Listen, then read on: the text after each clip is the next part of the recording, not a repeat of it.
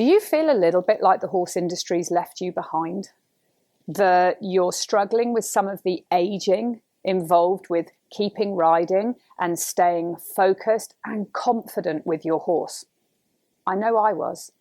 I am so excited that you've joined us for the first of our 3-part free online series, Riding Through the Years.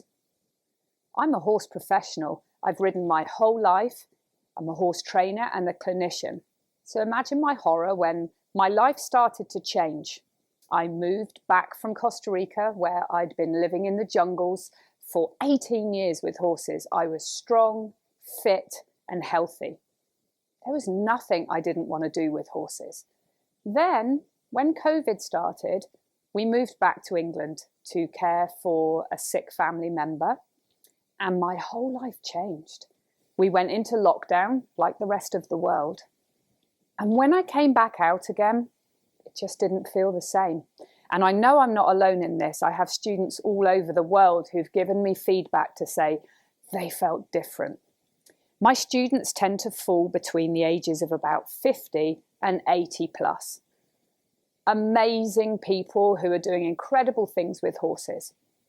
But the common denominator, 90% of them feel like their confidence has decreased. And I know when I came out of lockdown and went back to working with horses professionally, I just didn't feel the same. I didn't want to climb on the back of these young, rambunctious horses as much. There wasn't a horse I didn't want to ride before or work with on the ground.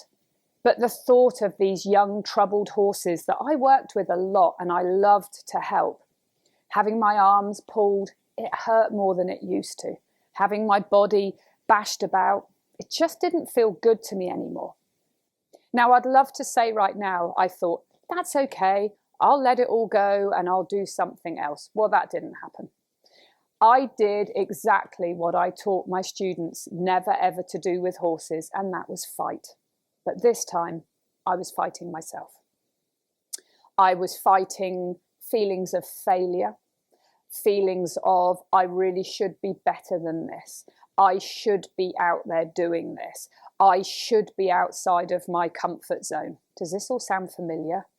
And because you're not doing that, or you're trying and even worse, failing, you just feel your confidence erode more and more and more. Your body gets hurt. Maybe you fell. I didn't fall, thankfully. But many of my students have said, I've done things and I thought I knew I shouldn't have done it, but I felt like I should, or my trainer encouraged me. I was way too far out of my comfort zone and got hurt. The amount of emails that I get every single day from our Wise Riders community around the world, or from students on email, they say the same thing. I knew I shouldn't have done it, but I felt like I was being pushed, or I was pushing myself. Because let's make no bones about it, the horse industry at large is not built for the older rider. It's built for the heroes, for the gung-ho kids that are bombing around, and that is great. But if you're an aging rider and you're not storming across the cross-country course or doing these amazing feats with horses, you tend to not count. And you know what? That stops here. I am sick of that. We are reinventing the horse world here at HorseClass through our Riding Through the Years webinar. And it's completely free. And I'm so glad that you've joined us. We're going to talk about how I turned things around for myself and then shared it with my students. So there I was, coming out of the pandemic, feeling like a failure, feeling like my motivation was through the floor. Well, I didn't want to take this lying down, but I was sick of fighting myself because it went against everything that I believed in. So I thought, I know, I'm going to train myself like I train my horses. Yeah. That's what I did. I wrote myself a formula. I'm going to share that formula with you over the next 3 parts of this series. The first part is what really changed everything for me. So this formula, I created it just for myself, and it worked.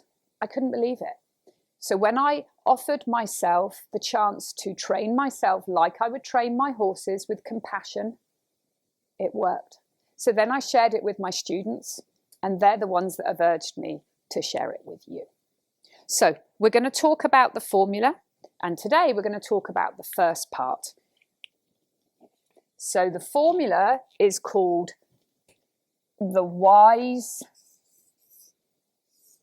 formula. Welcome to the world of the wise riders. We already have a club with so many fantastic people in, all sharing their stories, and it all started with the WISE formula. So the W.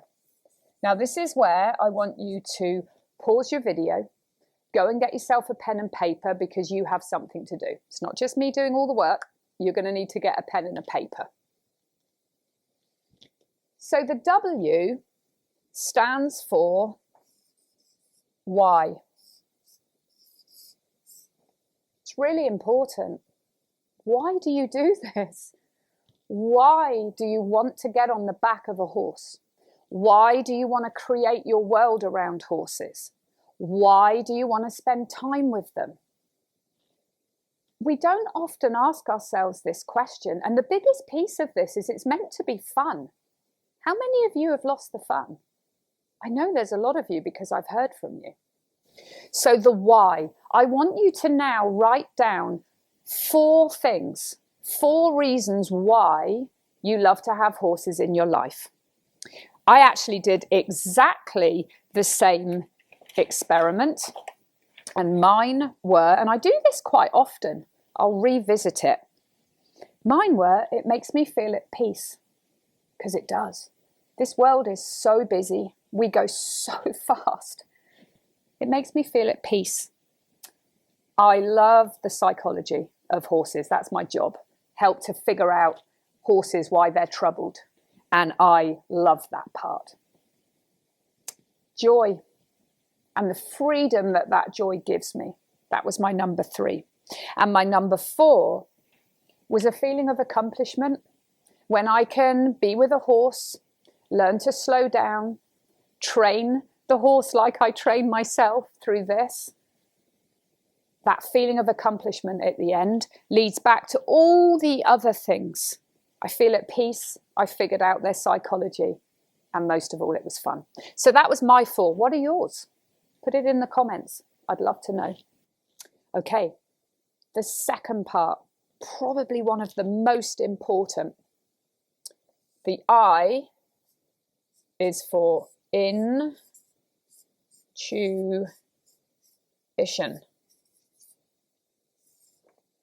Intuition.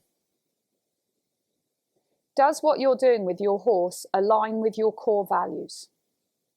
You guys have been around the block. You've lived through some probably really amazing things in your life, and most likely by this time, some really difficult times in your life.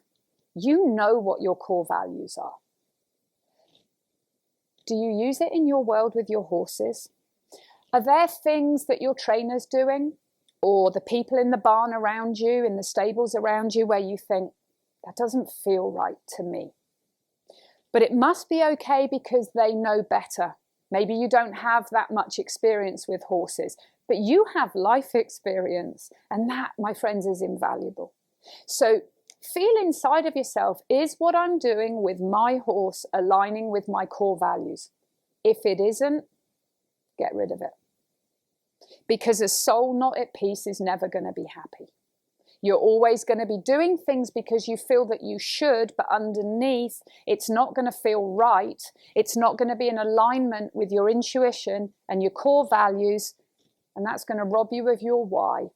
How can it feel joyful and pleasant if what you're doing does not feel right? I'm going to use an example, and it's quite an extreme one, but I think it's one that most of you have probably seen somewhere in your journey with horses. Hitting a horse. It happens. So many people have written to me and said, my trainer or someone near me was doing something with my horse, but I'm new to horses, or I've been out of horses for a long time and I've just got back into it. And I knew in my gut it was wrong. But they know better, right? No. If it does not align with your core values, it is not for you. And I've asked every one of those students, and there's been hundreds, well, did you stop them? Maybe 1% did, and 99% said, I didn't, and my relationship with my horse has been damaged. Now, I'm not judging you because I've done it. I've done exactly that. I have stood back and watched someone who knew better than me do something that did not feel right with my horse.